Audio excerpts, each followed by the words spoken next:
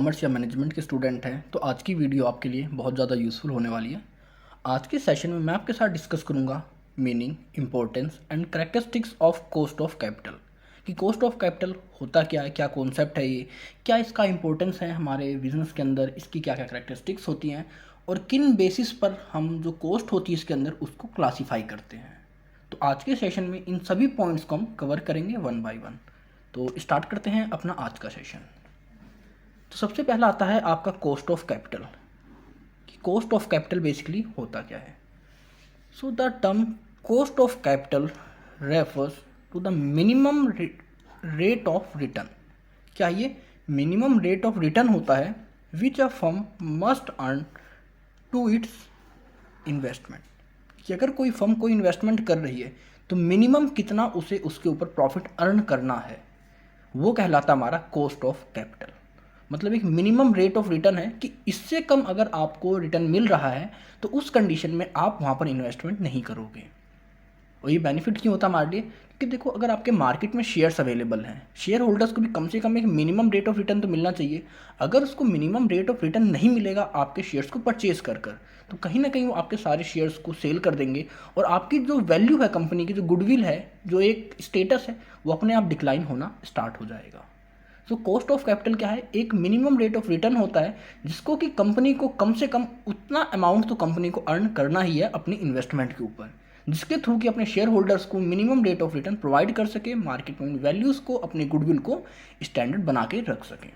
तो ये कॉन्सेप्ट होता है आपका कॉस्ट ऑफ कैपिटल का। तो बात करते हैं कि इसके क्या क्या करेक्टरिस्टिक्स होते हैं। तो सबसे पहला करेक्टरिस्टिक्स है कि cost of capital is a rate of return.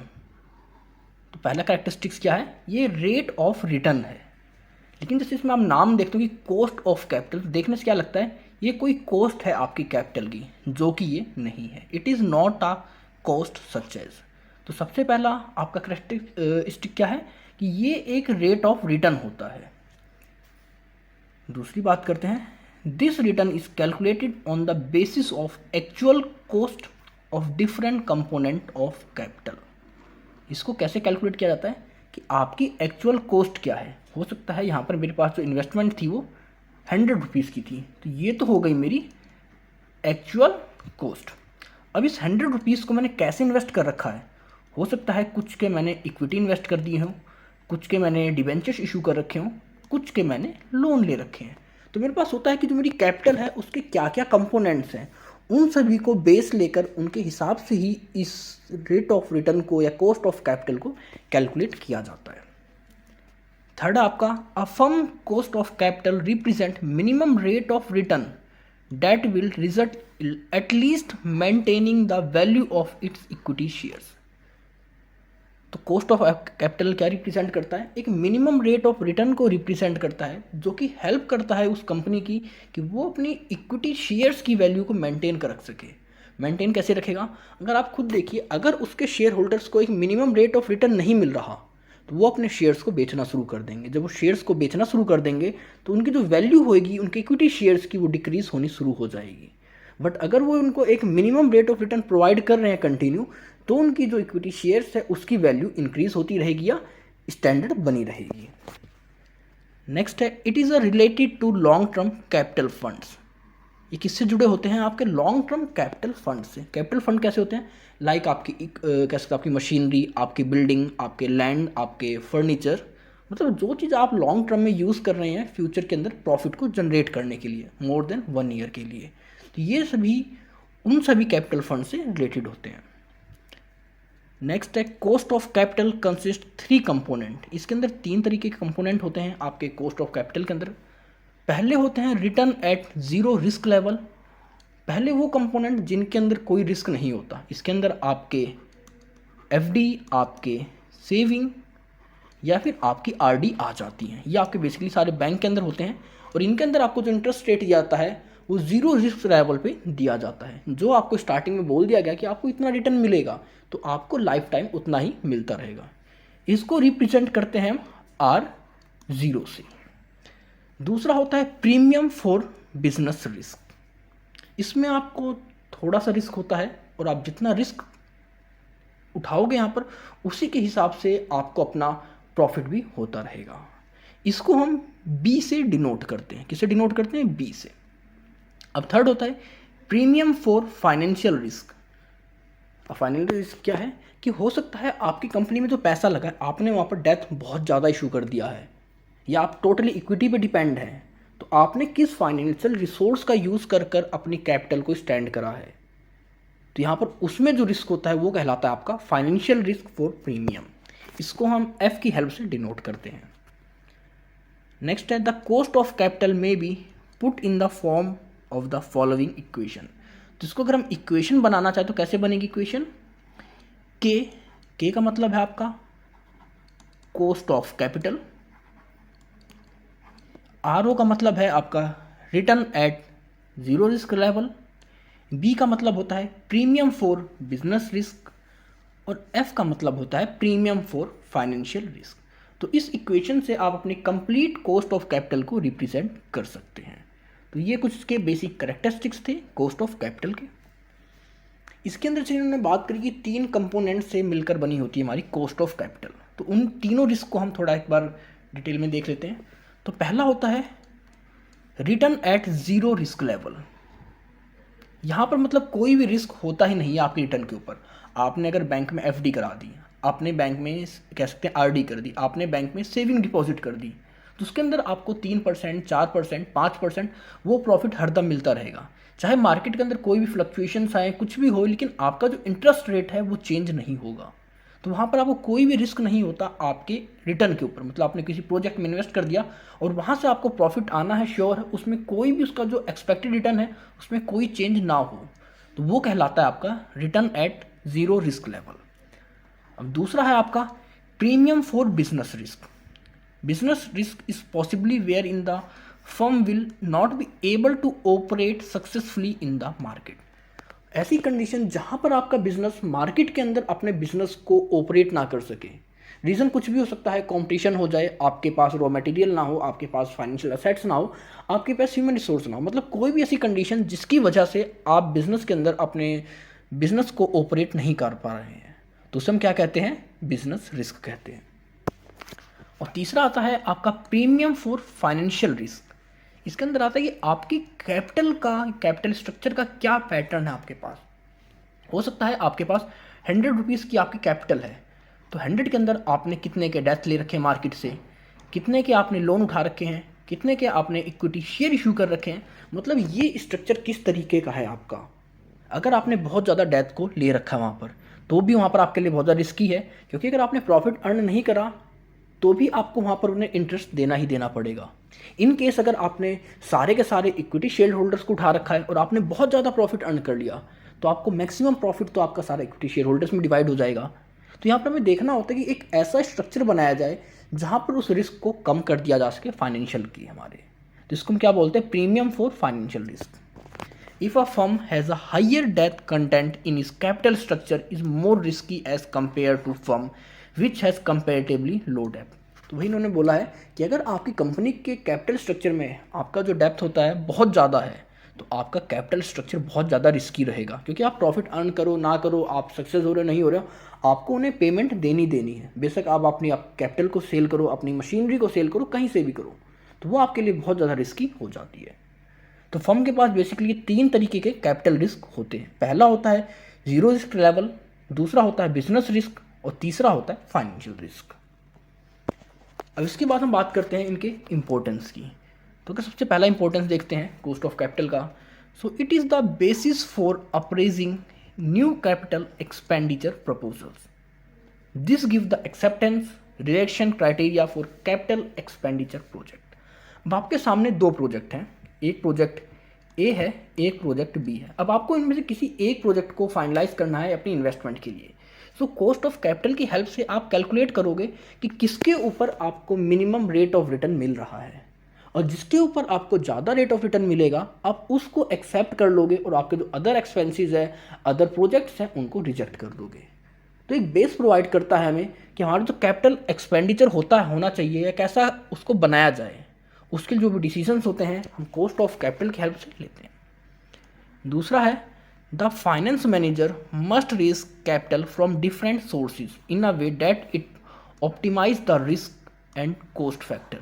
अब अगर बिजनेस को, फाइनेंस मैनेजर को कैपिटल रेस करनी है बाहर से, तो कॉस्ट ऑफ कैपिटल की हेल्प से ही देखेगा कि वो कितने डेथ ले सकता है मार्केट से, कितने इक्विटी शेयर्स को इशू कर सकता है, अपने डिवेंचर्स को इशू कर सकता है, जिसके थ्रू कि वो अपने रिस्क को ऑप्टिमाइज कर कर अपने कॉस्ट फैक्टर को इंक्रीज कर सके, अपने कह सकते हैं जो अपनी फर्म्स हैं उसकी रिटर्न को बढ़ा सके। तो फाइनेंस मैनेजर इसका यूज़ करता है अपनी जो भी हमारी कैपिटल होती है उसको रेस करने के लिए। रेस कैसे करेगा, उसके पास बहुत सारे सोर्सेज अवेलेबल होते हैं, उन सभी सोर्सेज के अंदर वो कॉस्ट ऑफ कैपिटल को कंपेयर करेगा, उसके बाद ही वो अपने उस सोर्सेज को फाइनलाइज करेगा। तीसरा इंपॉर्टेंट है, it is the basis for evaluating the financial performance of top management. अब फाइनेंशियल मैनेजमेंट आप कह सकते हैं हमारा जो टॉप मैनेजमेंट है जो भी डिसीजन लेता है रिगार्डिंग टू फाइनेंस परफॉर्मेंस के, उन सभी फाइनेंशियल परफॉर्मेंस के डिसीजंस को इवैल्यूएट करने के लिए हम किसका यूज़ करते हैं, कॉस्ट ऑफ कैपिटल का। इसके थ्रू हम कैलकुलेट करते हैं कि अगर किसी ने कोई डिसीजन लिया था इक्विटी शेयर इशू करने का, या किसी प्रोजेक्ट में इन्वेस्टमेंट करने का, या कहीं से कह सकते हैं सेविंग करने का, तो उसको करने के बाद कितना रिटर्न मिल रहा है उन्हें, कंपेयर करते हैं मार्केट वैल्यू से, अदर कंपटीटर से। तो उनकी कहीं ना कहीं इवैल्यूएशन करने के लिए काम आता है कि टॉप मैनेजमेंट किस तरह का परफॉर्मेंस हमें प्रोवाइड कर रहा है। नेक्स्ट है, it helps in formulating appropriate dividend policy. अब हमें डिविडेंड पॉलिसी क्या होती है कि जब हम शेयर होल्डर्स को शेयर इशू करते हैं तो उसके बाद हम जो भी प्रॉफिट अर्न करते हैं उसका एक प्रॉफिट शेयर होल्डर्स को डिवाइड करना पड़ता है। तो हम यहाँ पर से कैलकुलेट करते हैं कि मिनिमम रेट ऑफ रिटर्न कितना है मार्केट के अंदर, क्योंकि अगर आप मिनिमम रेट ऑफ रिटर्न से कम शेयर होल्डर्स को दोगे तो वो आपके शेयर्स को बेच देंगे, आपकी वैल्यू गिर जाएगी, और अगर आप बहुत ज़्यादा उन्हें रिटर्न प्रोवाइड कर रहे हो तो कहीं ना कहीं आपका जो प्रॉफिट है वो कम हो जाएगा। तो कॉस्ट ऑफ कैपिटल की हेल्प से वो देखते हैं कि इन्हें मिनिमम कितना डिविडेंड प्रोवाइड किया जा सके, जिसके थ्रू कि हमारे शेयर होल्डर्स भी सेटिस्फाई रह सकें और हमारी जो शेयर्स की वैल्यू वो भी इंक्रीज या एक स्टेबल फॉर्म में बनी रहे। फिफ्थ इंपॉर्टेंस है आपका, it also helps the organisations in developing N appropriate working capital policy. अब हमारी वर्किंग कैपिटल क्या होती है, मतलब डे बाय डे जो हमारे एक्सपेंसेस होते हैं उनको रन करने के लिए हमारे पास एक स्ट्रैटेजी होनी चाहिए कि हम किस सोर्स से कितने पैसे को कहाँ पर इन्वेस्ट करें, जिसके थ्रू कि हम डेली इन्वेस्टमेंट कर सकें, अपने डेली रिक्वायरमेंट को पूरा कर सकें। तो ये डिसीजन भी हम कॉस्ट ऑफ कैपिटल का यूज़ कर कर ही लेते हैं। तो ये कुछ हमारे पास 5 बेसिक इंपॉर्टेंस थे कॉस्ट ऑफ कैपिटल के। अब इसके बाद हम बात करेंगे कि classification of cost of capital, कि कॉस्ट ऑफ कैपिटल को किस तरह क्लासीफाई किया जाता है। तो कोई इसके अंदर कोई बेसिक रूल नहीं है कि आप इन बेसिस के ऊपर, इन फैक्टर्स के ऊपर, इन वेरिएशंस के ऊपर इसको डिवाइड कर सकते हैं। हमारी जैसी नीड होती है, प्रोसेस होता है, जो प्रोसीजर होता है उसके हिसाब से हम अपनी इन कॉस्ट ऑफ कैपिटल को डिवाइड कर देते हैं। तो सबसे पहला हमने बेस यहाँ पर लिया है explicit cost and implicit cost. इनको देखते हैं। So explicit cost is the discount rate that equates the present value of the fund received by a firm net by underwriting cost within the present value of expected cash flow, thus in the rate of return of the cash flow of financial opportunity. On the other hand, the implicit cost, the rate of return associated with the best investment opportunity for the firm and its shareholders.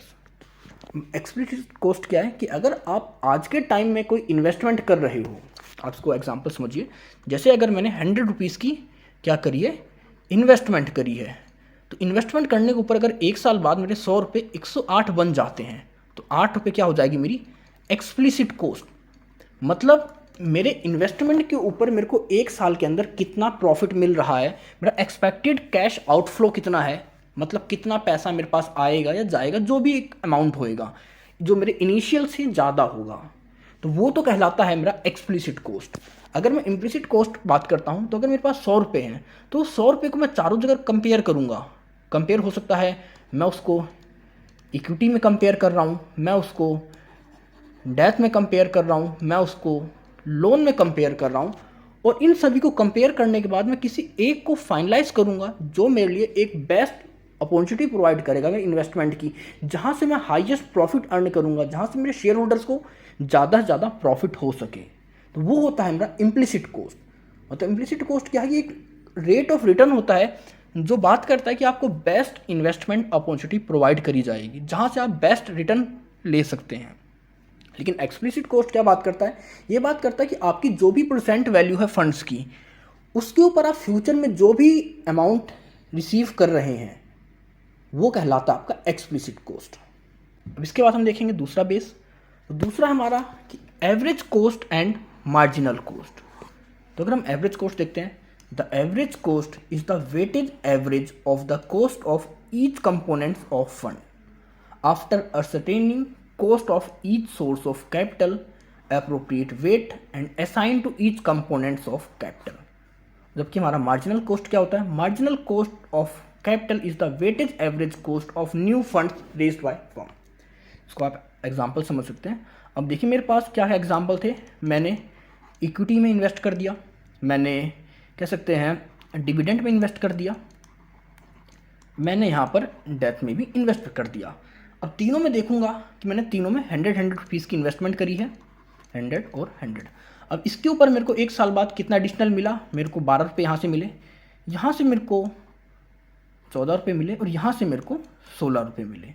तो जब मैं एक साल बाद क्या करूँगा, तीनों के रिटर्न को ऐड करूँगा और उसका एक एवरेज निकालूंगा। तो एवरेज कितना आएगा, 14 मेरा एवरेज आ जाएगा। तो 14 क्या हो गया, मेरा एवरेज कॉस्ट आ गया कि हाँ मेरे को एक 14 रुपये एटलीस्ट मिल रहा है मेरी इन्वेस्टमेंट के ऊपर, जो कि मेरा एक एवरेज होता है मेरे ईच कंपोनेंट फंड के हिसाब से। अब इसी में अगर मैं बात करता हूँ, अभी तक मेरे को 14 रुपीज़ मिल रहे हैं इन्वेस्टमेंट के, अब मैं कोई एडिशनल यूनिट लगाता हूँ इस अपनी कॉस्ट ऑफ कैपिटल के अंदर। एडिशनल यूनिट, एडिशनल हो सकता है, मैंने यहाँ पर 100 रुपये के प्रेफरेंस शेयर इशू कर दिए। अब 100 रुपये तो मैंने प्रेफरेंस शेयर इशू करे, तो यहाँ पर मुझे उनसे 10 रुपये ही मिले। अब जो भी 10 रुपये मिले हैं तो मैं इसको अलग से कैलकुलेट करूँगा कि मार्जिनल कितना है मेरा, मार्जिनल मेरा 10 रुपये है, लेकिन मेरा एवरेज क्या है, 14 रुपये है। मार्जिनल मतलब जब भी हम एक एडिशनल यूनिट में इन्वेस्टमेंट करते हैं और फिर उसकी तरफ से हमें जो भी रिटर्न आता है वो चेक किया जाता है कि मार्जिनल कॉस्ट क्या। अगर हम 100 रुपये और किसी शेयर में इन्वेस्ट कर देते हैं प्रेफरेंस शेयर में, तो एडिशनल हमें कितना अमाउंट प्रॉफिट में आएगा, तो वो तो कहलाता है आपका marginal cost of capital. I hope ये क्लियर हो गया आपको, एवरेज कॉस्ट और मार्जिनल कॉस्ट। इसके बाद आता है आपका फ्यूचर कॉस्ट और historical cost. In financial decision making the relevant cost are future cost. Future cost example, expected cost of funds to finance the project is ascertain. तो future cost क्या होता है, अगर मैं आज के टाइम पे 100 रुपये लगा रहा हूँ तो मैं फ्यूचर में एक सोच के चलता हूँ कि कम से कम मैं इससे एक साल बाद 150 रुपये 200 रुपये प्रॉफिट अर्न करूँगा। मतलब एक कह सकते हैं एक रेलिवेंट कॉस्ट होती है जो हम फ्यूचर के लिए डिसाइड करते हैं अपनी इनिशियल इन्वेस्टमेंट की, तो उससे आप कहते हैं फ्यूचर कॉस्ट। और हिस्टोरिकल कॉस्ट क्या होता है कि जो हमारे पास एविडेंस होता है कि हमने प्रीवियस में इस तरह का इन्वेस्टमेंट कर कर कितने प्रॉफिट को अर्न किया है, सेम प्रोजेक्ट के अंदर, सेम इन्वेस्टमेंट के अंदर, सेम सेविंग के अंदर, जो प्रीवियस ट्रेंड शो करता है हमें, वो कहलाता है हमारा हिस्टोरिकल कॉस्ट। एग्जाम्पल इसमें आप लेंगे, अगर मेरा आ जाए 2023, अगर मैं यहाँ पर 100 रुपये का इन्वेस्टमेंट कर रहा हूँ 5 साल के लिए, 5 ईयर, तो मान के चलता हूँ 5 साल बाद कम से कम मेरे जो 100 रुपये हैं ये 1100 रुपये हो जाएंगे। तो ये तो हो गई मेरी फ्यूचर कॉस्ट। लेकिन मैं 5 साल प्रीवियस ट्रेंड को भी देखूंगा कि हो सकता है मैंने 18 में कोई इन्वेस्टमेंट करी थी 100 रुपये की, और आज जाके कितने की हुई है, वो सिर्फ 600 रुपये बन पाए हैं इतने साल के अंदर। तो यहाँ पर जो एडिशनल 500 है, ये मेरी कॉस्ट क्या कहलाएगी, हिस्टोरिकल कॉस्ट कहलाएगी। कि यहाँ पर मैं अपने प्रीवियस ट्रेंड को देख रहा हूँ कि सेम प्रोजेक्ट के अंदर अगर मैंने प्रीवियस में कोई इन्वेस्टमेंट करी थी तो उसने मेरे को कितना प्रॉफिट दिया है। तो ये आपका हिस्टोरिकल बेस पर, आपके प्रीवियस ट्रेंड पर, हिस्टोरिकल कॉस्ट पर डिपेंड करता है पूरा। तो फ्यूचर कॉस्ट मतलब आप जो फ्यूचर में रेलिवेंट सोच रहे हो अपने इनिशियल इन्वेस्टमेंट की आज की, और हिस्टोरिकल कॉस्ट होती है अगर आपने सेम प्रोजेक्ट के ऊपर सेम इन्वेस्टमेंट आपने पहले कभी करी थी हिस्ट्री में और उसके बाद आपको कितना इन्वेस्टमेंट मिला था, तो वो आपकी हिस्टोरिकल कॉस्ट होती है। नेक्स्ट आता है आपका specific cost and combined cost. So the cost of individual components of capital are specific cost. The combined cost of capital is the average cost of capital. तो इसमें भी एग्जांपल है कि अगर मैं बात करता हूँ सिर्फ इक्विटी की, या फिर मैं बात करता हूँ मैंने किसी प्रोजेक्ट के अंदर, प्रोजेक्ट एक्स मैंने इन्वेस्ट कर दिया है और प्रोजेक्ट एक्स से मेरे को 100 रुपीज़ का रिटर्न मिला है, तो ये क्या कहलाएगा, मेरा स्पेसिफिक कॉस्ट।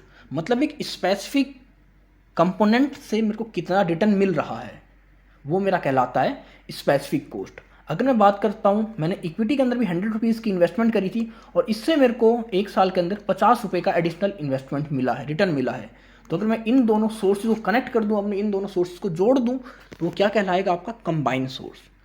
मतलब मेरे पास जितने भी कॉस्ट ऑफ कैपिटल के अंदर जितने भी स्ट्रक्चर होते हैं, जिन जिन का मैं यूज़ कर जिन जिन सोर्सेज का यूज़ कर जहाँ मैं इन्वेस्टमेंट करता हूँ, उन सभी से एग्रीगेट जितनी भी रिटर्न आती है उनका मैं एवरेज निकाल लेता हूँ। मतलब उन सभी को आपस में जोड़ लेता हूँ, फिर उनको एवरेज कर लेता हूँ, तो वो तो कहलाता है मेरा कंबाइन कॉस्ट। और अगर मैं किसी एक स्पेसिफिक सोर्स की इनकम की बात करता हूँ तो वो कहलाता है मेरा specific cost. In capital budgeting decisions combined cost of capital is used for accepting और रिजेक्टिंग द प्रपोजल्स।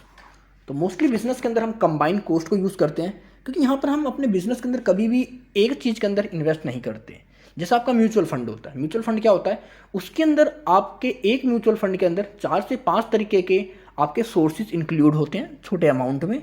और फिर अगर कोई एक सोर्स आपको प्रॉफिट दे रहा है तो हो सकता है कोई दूसरा लॉस दे रहा है, तो उसको कहीं ना कहीं आप प्रॉफिट वाले से रिकवर कर लोगे।